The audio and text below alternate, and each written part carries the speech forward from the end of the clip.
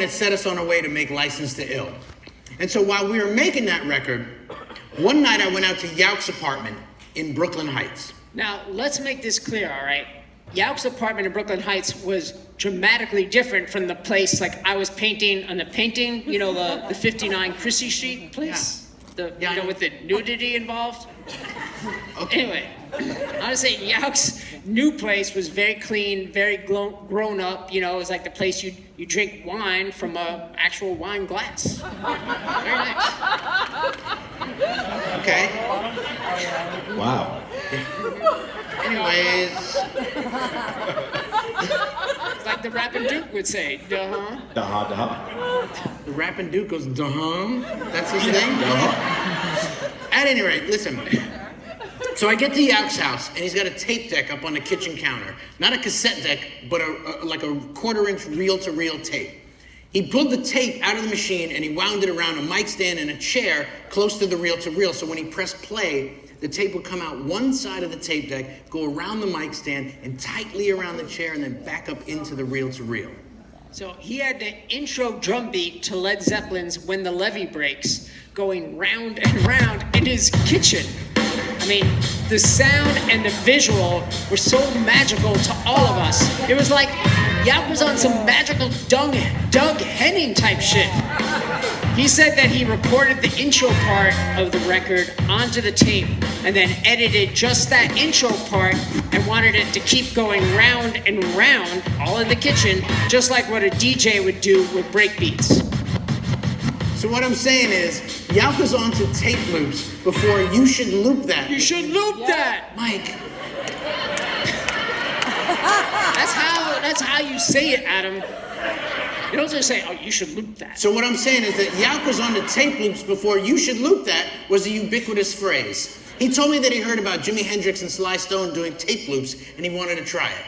Now, where did he hear about that? There was no Google or YouTube. No library had a section on beats.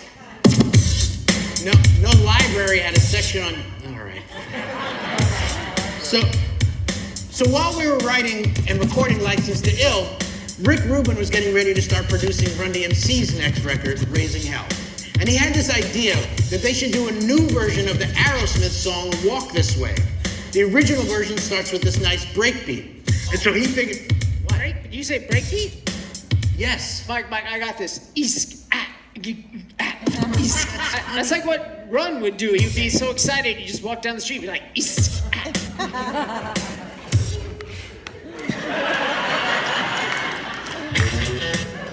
So,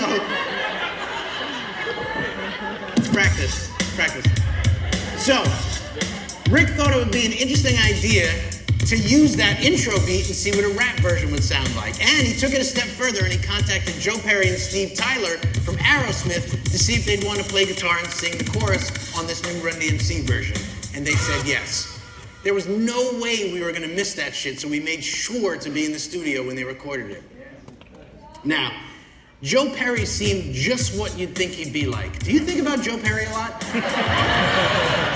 Well, Joe Perry seemed quiet and cool, and he was laid back in the cut. Now, Steve Tyler was also just what you'd think he'd be like. He did not stop talking the entire time.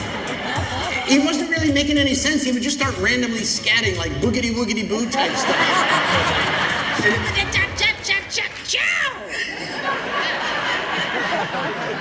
Color commentary. It's fucking Chick Hearn over here. LA reference, everybody. LA. All right. So, Run, DMC, Jam Master Jay, they were loving it. They were like, who the fuck is this ancient court jester wearing silk clothing and 30 scarves? He's definitely making us laugh, but wait, Rick, you're sure this is a good idea, right? It's a great idea. That's how he said it. Now, going to do anything with Run DMC in 1986 in America was bizarre. We'd go with them to a restaurant, a mall, or a gas station, or whatever. People would come running from their houses, apartments, or work, or whatever, because word of mouth started to spread that they were in their neighborhood. People would freak the fuck out over Run DMC. They were so large that by the time their Raising Hell tour got to Miami, the promoter upgraded their venue from basketball arena to baseball stadium. Thousands and thousands of people. Joe Perry and Steve Tyler were flying down to Miami just to do the one song with them, and it was bound to be a fucking spectacle. We were one of the opening bands on that tour, and Yauk, for whatever reason, happened to have a bass with him. And someone, probably Jam Master Jay, who was equally fucking funny, said that it would be okay for Yauk to play bass with them in Aerosmith for the big song on stage in a baseball stadium in Miami. Yes! Now, Steve Tyler and Joe Perry didn't do a sound check, so they had no idea who Yauk was. Cut to.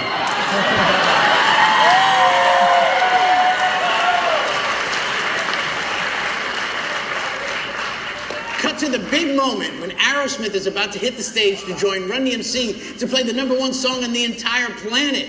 They walk out and the crowd goes wild. But now there's a... Crowd sound effects.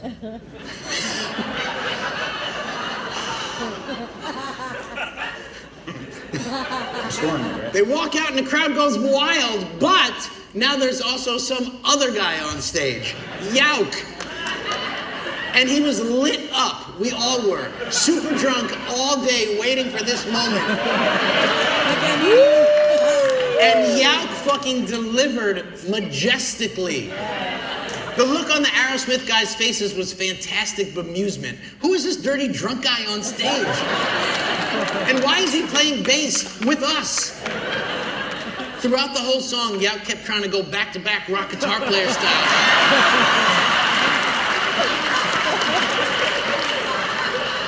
With Joe Perry, who was having none of it. It basically turned into Yauk chasing him around the stage, running backwards. And all of us were on the side of the stage, watching, screaming, laughing, and loving it.